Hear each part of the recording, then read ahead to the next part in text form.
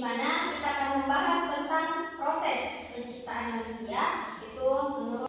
Nah, jadi adapun materi kita pada siang hari ini adalah tentang proses penciptaan manusia menurut hadis. Nah, adapun proses menurut hadis ini diambil dari hadis Sahih Bukhari nomor 928, itu penafsirannya menurut Ibnu Daqiq Al-Eid. Kemudian yang kedua adalah penafsiran menurut Imam An-Nawawi.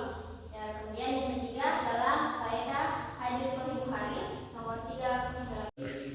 Nah, jadi penafsiran menurut Ibnu Daqiq Al-Eid di dalam kitab Syarh Arba'in Nawawi itu Imam Nawawi menjelaskan tentang hadis ini. Nah, kalimatnya itu sungguhnya materi penciptaan salah seorang dari kalian atau dalam hal ini itu manusia dikumpulkan oleh Allah Subhanahu wa taala di dalam rahim ibunya. Maksudnya yang memancarkan ke dalam rahim. Lalu kemudian Allah pertemukan dalam rahim tersebut selama 40 hari. Nah, itu diriwayatkan oleh Ibnu Mas'ud. Nah, jadi adapun munabahat itu di dalam Islam itu sangat penting untuk dipahami karena pernikahan itu adalah salah satu aspek fundamental dalam kehidupan umat muslim yang tidak hanya dilihat dari sudut pandang sosial tapi juga sebagai bagian dari ibadah. Kemudian munakahat itu yang berarti pernikahan itu mengatur hubungan antara suami istri berdasarkan prinsip-prinsip Islam untuk menciptakan keluarga yang sakinah, mawaddah dan juga warahmah. Kemudian keluarga yang penuh dengan kedamaian, cinta dan juga kasih sayang dari rahmat Allah Subhanahu wa taala.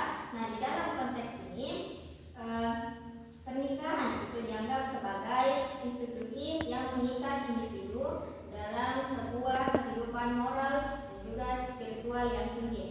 Nah, dengan tujuan untuk membentuk keluarga yang sehat dan juga harmonis.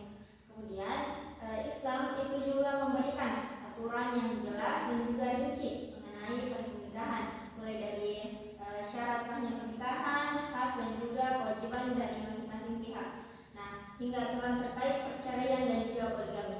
Kemudian pemahaman yang baik tentang materi menakahat itu sangat diperlukan agar umat Islam itu dapat menjalani kehidupan rumah tangga serta membangun masyarakat yang adil dan juga penuh kasih sayang. Nah, kemudian dengan memahami hukum-hukum dari munakahat tersebut, umat kita sebagai umat Islam itu diharapkan agar dapat menghadapi tantangan di dalam rumah tangga dengan bijaksana sehingga terciptalah keluarga yang sejahtera dan bagi keluarga dan juga masyarakat secara keseluruhan.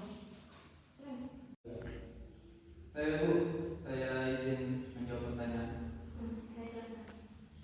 Jadi pertanyaannya itu tentang siapa tokoh penting dalam periwayatan dan pembukuan hadis dan apa kontribusinya. Jadi yang pertama itu adalah Imam Bukhari. Nah, beliau ini adalah penulis kitab hadis yaitu Sahih Bukhari yang dianggap sebagai kumpulan hadis yang paling sahih dalam Islam. Adapun kontribusinya yaitu terletak pada metode seleksi ketat yang beliau lakukan untuk memastikan keaslian hadis. Yang kedua itu adalah Imam Muslim. Imam Muslim sendiri adalah penulis Sahih Muslim yang merupakan kitab hadis kedua yang paling sahih setelah Sahih Bukhari. Beliau juga menerapkan metode kritis dalam memilih hadis dan mengandalkan riwayat yang sahih. Itulah jawabannya.